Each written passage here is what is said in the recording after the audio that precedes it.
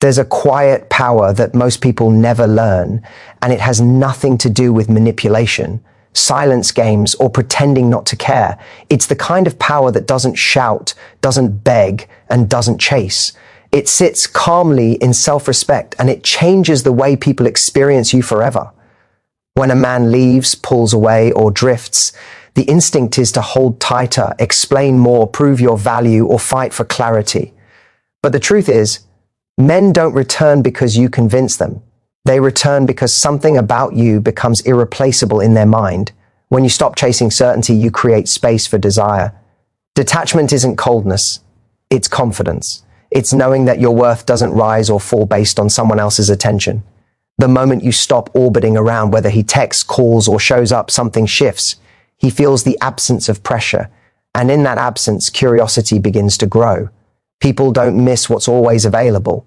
They miss what felt good, felt easy, and suddenly isn't there anymore. Self-respect is what makes someone rethink their decision. Not anger, not emotional speeches, not endless explanations.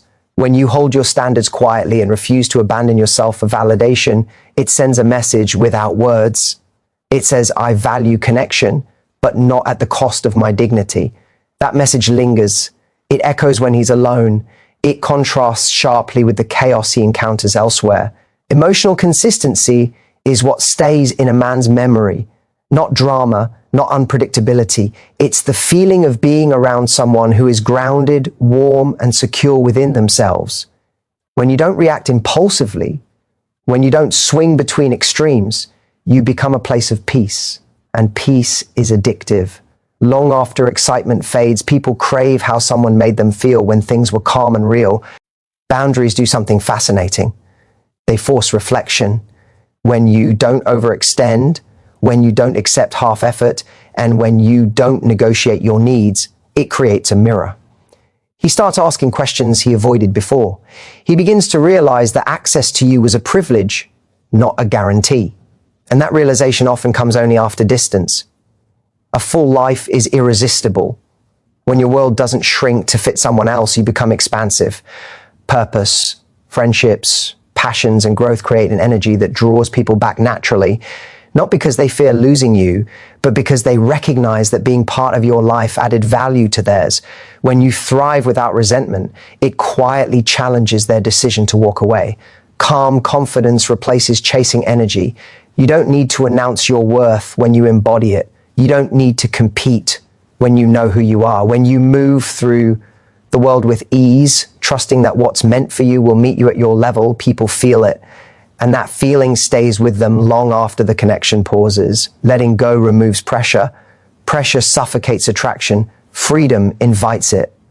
When you release the need for outcomes, when you stop gripping the future tightly, you allow things to unfold naturally. Often, that's when someone returns. Not because you waited, but because you became someone they couldn't forget. Ultimately, men return when you stop trying to be chosen and start living as the standard. When you act from self-worth instead of fear, when you respond instead of react, and when you choose yourself without closing your heart, you don't need to pull them back. Detachment creates desire more than pursuit ever does because attraction thrives in freedom, not pressure. When you're overly focused on someone's responses, availability, or commitment, the connection begins to feel heavy. Even if your intentions are genuine, constant pursuit subtly communicates anxiety, and anxiety rarely feels attractive. Detachment, on the other hand, signals inner security. It shows that you enjoy connection, but you are not dependent on it for your sense of worth or happiness. This emotional independence is what sparks curiosity and respect, because people are naturally drawn to those who seem complete on their own. When you detach, you stop trying to control outcomes. You're no longer monitoring every text, rereading conversations, or searching for reassurance. Instead, you allow interactions to breathe. This space gives the other person room to feel their own emotions. Desire cannot grow when everything is predictable and always available. It grows in the pauses, in the moments of absence, and in the realization that access to you is not guaranteed. Detachment removes the pressure to perform or prove, which makes your presence feel lighter and more enjoyable. Pursuit often comes from fear, the fear of losing someone, being misunderstood, or not being chosen. While fear is human, acting from it tends to push people away. When someone feels chased even subtly, it can trigger resistance. They may not consciously realize why they're pulling back, but the dynamic feels unbalanced. Detachment restores balance. It communicates trust in yourself and in the natural flow of connection. Instead of chasing validation, you allow the other person to step toward you by choice, not obligation. There is also a psychological shift that happens when you detach. You become less reactive and more present. You listen better, respond more thoughtfully, and stop over-investing too early. This creates emotional safety. People feel more drawn to someone who isn't constantly seeking reassurance because it feels calmer and more grounded. Detachment doesn't mean emotional distance or coldness. It means staying open while remaining anchored in yourself. You still care, but you don't cling. Desire is fueled by contrast. When someone experiences your warmth, attention, and authenticity, and then senses that you also have a full life beyond them, it makes your presence stand out. Detachment highlights your value because it shows that your time and energy are selective. This selectiveness makes interactions feel intentional rather than automatic. When you're not always available, your presence carries more weight, and moments together feel more meaningful. Over time, detachment allows the other person to feel the absence of your energy, not in a manipulative way, but in a natural one. They begin to reflect on how they felt around you, the ease of the connection, and the way you didn't demand more than they could give. That reflection often leads to desire because it comes from within them, not from external pressure. This is why detachment is powerful. It invites someone to choose you freely, and a freely chosen connection is always stronger than one held together by pursuit. Self-respect is more magnetic than availability because it communicates value without needing to ask for it. When you respect yourself, you naturally set standards for how you expect to be treated, and those standards shape the way others show up for you. Availability alone only tells someone that you are present. Self-respect tells them that your presence is meaningful. People are drawn to what feels valuable, and value is created when access to you is earned, not automatic. When someone senses that you will not tolerate inconsistency, disrespect, or emotional shortcuts, it creates a quiet shift in the dynamic. You no longer feel like someone who can be taken or granted. This doesn't require confrontation or ultimatums. It shows up in what you allow, what you don't explain away, and what you calmly step back from. Self-respect speaks through actions far louder than words. It signals that while you desire connection, you are not willing to sacrifice your dignity to maintain it. Being overly available can unintentionally lower perceived value because it removes choice. When you rearrange your life repeatedly, ignore your own needs, or stay present despite feeling undervalued, it suggests that your time and energy are unlimited. Self-respect introduces boundaries that protect your emotional space. These boundaries aren't walls, they are filters. They allow the right behavior in and quietly keep misalignment out. People often don't realize the worth of something until it has limits, and self-respect provides those limits naturally. There is also a deep emotional effect that self-respect has on attraction. It creates safety and admiration at the same time. Someone who respects themselves is emotionally grounded. They don't overreact, overexplain, or beg for clarity. They trust their feelings and honor them. This kind of grounded presence feels stabilizing, and stability is attractive because it suggests emotional maturity. It makes someone feel that being with you would elevate their life rather than complicate it. Self-respect also changes how you respond to disappointment. Instead of chasing answers or trying to fix someone's behavior, you observe and decide.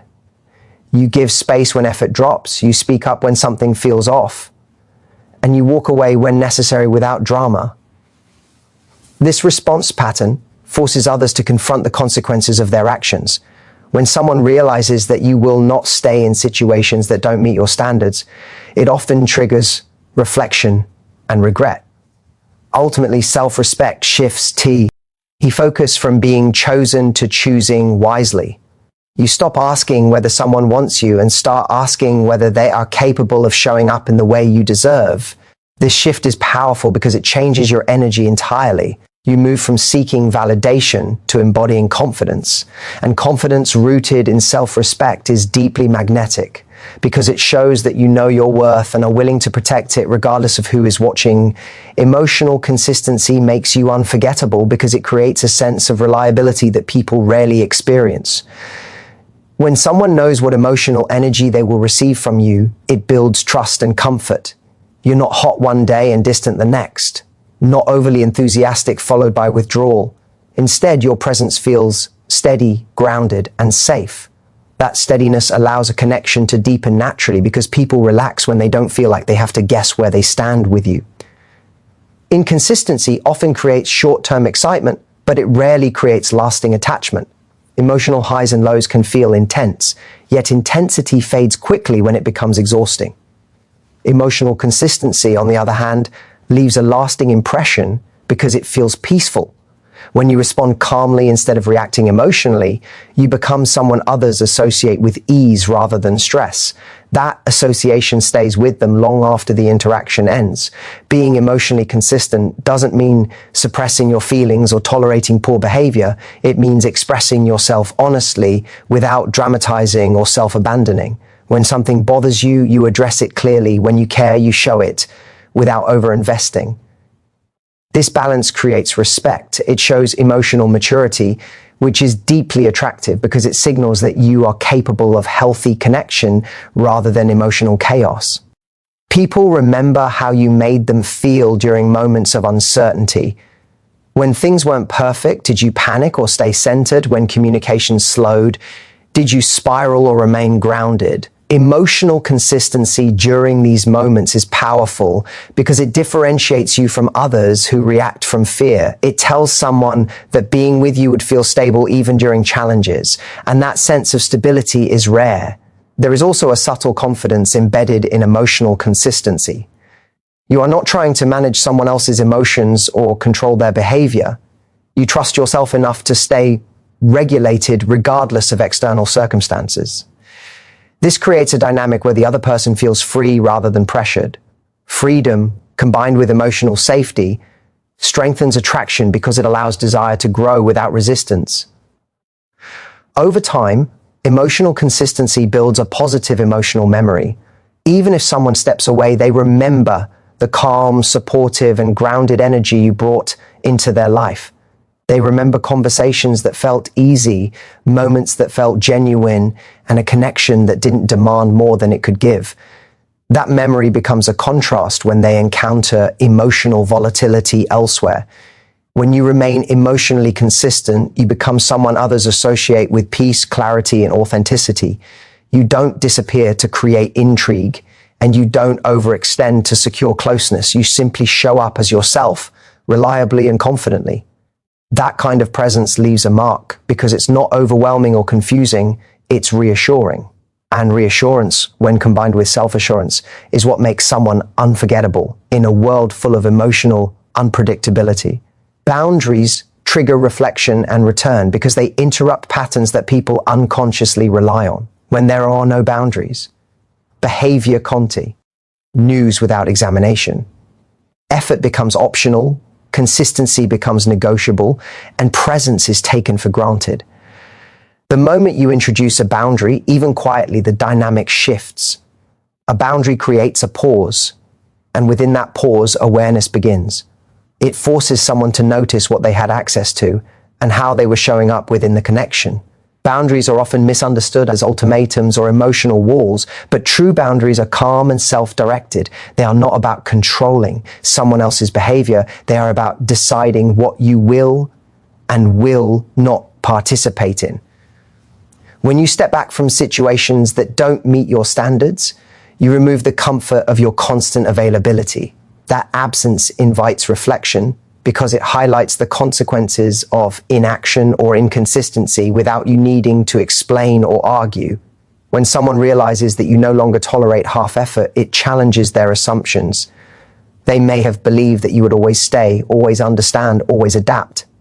A boundary disrupts that belief. It communicates that access to you requires intention and care. This realization often arrives after distance, when the emotional noise settles and clarity sets in.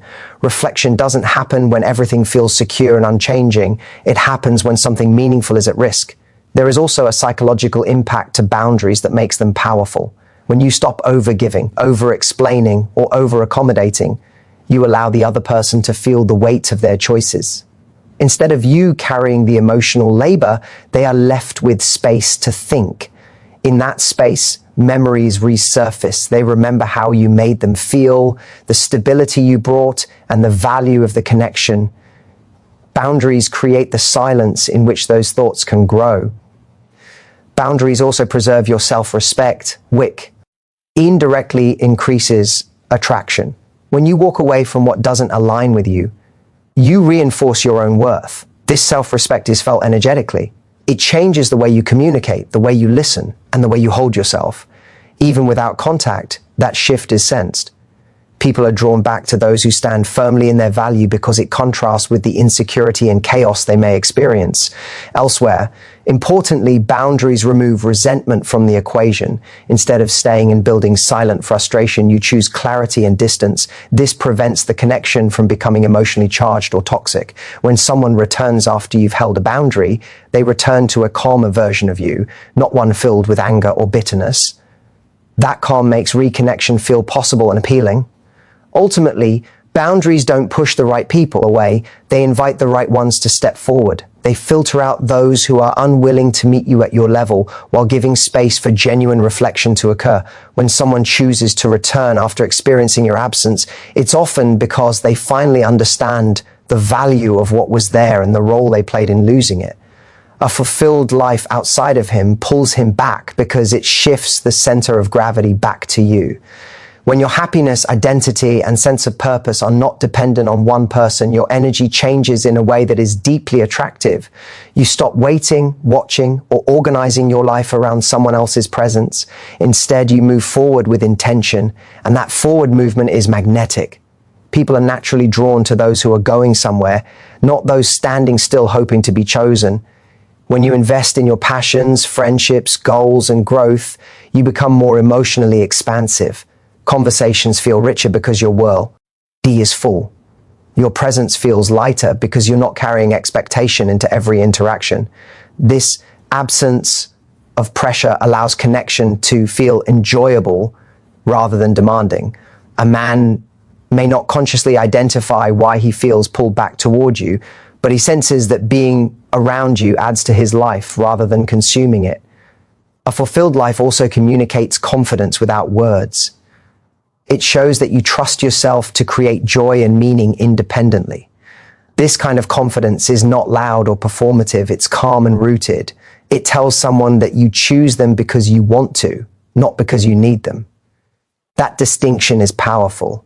Being wanted feels good, but being needed can feel heavy. When you operate from wholeness, your desire becomes an invitation rather than a request. There is also an element of contrast that comes into play. When someone steps away and sees you continuing to live fully, it disrupts their expectations. They may have assumed that your world would pause without them. Seeing that it hasn't can spark reflection and renewed interest. It challenges the narrative that they were the center of your happiness. And paradoxically, that makes your connection feel more meaningful rather than less. Fulfillment outside of a relationship also makes you emotionally resilient. You're less likely to react impulsively, overinterpret behavior, or chase reassurance. This emotional steadiness creates a sense of safety. When interactions do occur, they feel grounded and natural. There is no urgency to define or force outcomes. That lack of urgency often reignites curiosity because it removes resistance and invites exploration. When you are deeply engaged in your own life, you also raise your standards organically. You become more selective about who gets access to your time and energy. This selectiveness increases perceived value, not beck. You're playing hard to get, but because your life is genuinely full, people tend to value what requires intention to be part of, and a fulfilled life naturally requires that intention. Over time, someone who once stepped away may begin to feel the pull of what they lost, not just the relationship, but the version of you who was vibrant, grounded, and self-directed. They remember how being with you felt easy and inspiring rather than draining. That memory, combined with the recognition that you are thriving without them, often creates the desire to return and be part of your world again. Calm confidence replaces chasing energy because it changes the emotional signal you send into a connection. Chasing energy is fueled by urgency, fear, and the need for reassurance. It shows up as over-texting, over-explaining, or constantly trying to secure someone's attention. Even when it comes from genuine care, it creates pressure. Calm confidence, by contrast, feels grounded and self-assured. It communicates that you are open to connection, but not anxious about outcomes. And that emotional posture is deeply attractive. When you embody calm confidence, you stop trying to manage how someone feels about you. You don't rush to fix silence, fill gaps, or control the direction of the relationship. Instead, you allow things to unfold at a natural pace. This creates space for the other person to step forward on their own. Desire grows when someone feels free to choose, not when they feel pulled or persuaded. Calm confidence removes the sense of obligation and replaces it with curiosity. There is a noticeable shift in how interactions feel when chasing energy disappears.